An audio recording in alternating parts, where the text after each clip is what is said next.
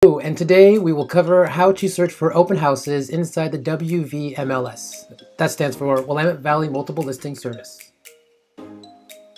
Once you get your browser open, you're going to type in WVMLS.com. It stands for Willamette Valley Multiple Listing Service. Search for properties under open houses.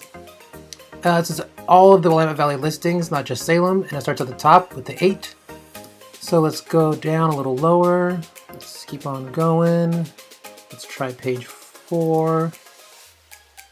Cool. All right, this is my price range. Looking for a house. Independence. That sounds perfect.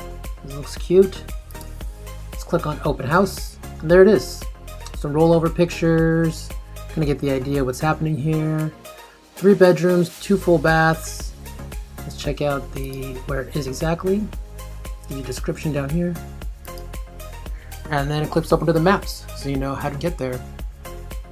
And that is really the basics of searching for open houses on the Willamette Valley Multiple Listing Service. So there you have it. That's how you search for open houses.